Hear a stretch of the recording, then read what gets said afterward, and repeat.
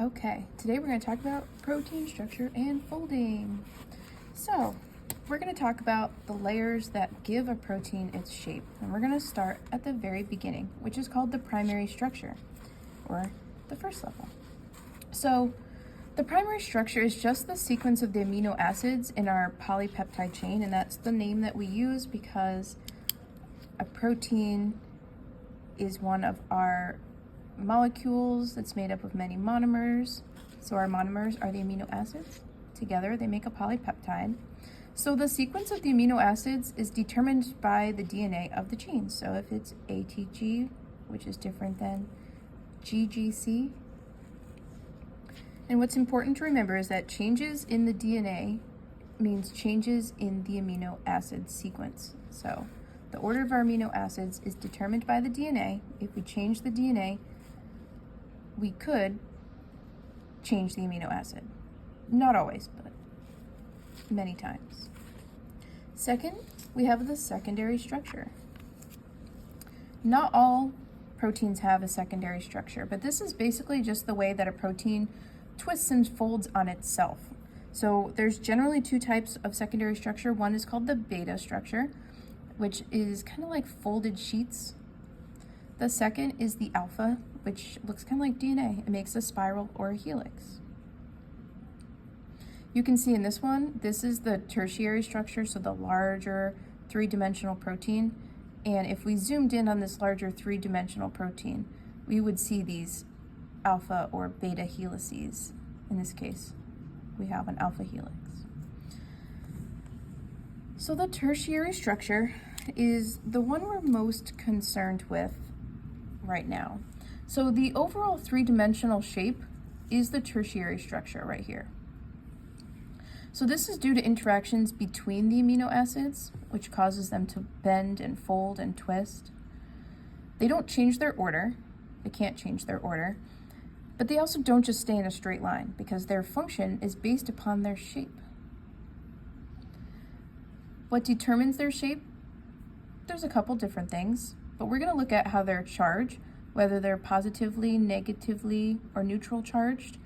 Positives and negatives attract, so those are going to be molecules that want to stick together.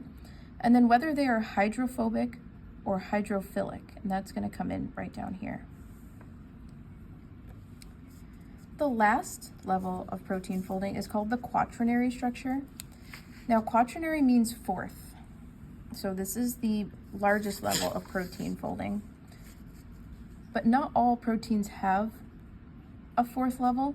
These are proteins that interact with other proteins, meaning they're made up of smaller proteins. So if this is protein 1, this is protein 2. Together they make one protein molecule. Examples of this are hemoglobin, which carries your oxygenated blood around your body, the ribosome, which we learned is what reads the mRNA. DNA polymerase is an enzyme that reads the DNA in DNA replication. Their function is very critical to their shape. So changes in their amino acid sequence could cause them to not function correctly anymore. So as I mentioned, the way that they fold is dependent on a couple different factors, one of which is whether they are hydrophobic or hydrophilic.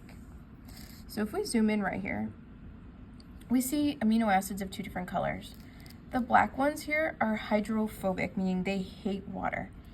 And they try to fold themselves on the inside of a protein because they want to get away from the water in your body and in your cells. So they hide out here in the center of our three-dimensional protein structure.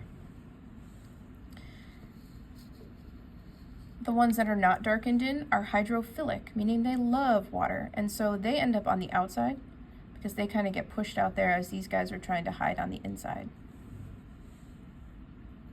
So this is one of the things that can give us some structure. Another one, which is kind of interesting, is called an SS bond. So an SS bond happens between two cysteine amino acids right here, and they really like to kind of form a bridge, and when they do, they link together and they kind of hold a protein shape because they attach right here. So there are many examples of things that give proteins three-dimensional structure. These are just a few. But when you examine your protein, see if you can find any examples of maybe a quaternary structure. Can you see anything that's causing your tertiary structure? Do you have any alpha helices or the beta sheets? So there's your intro guide to protein structure and folding.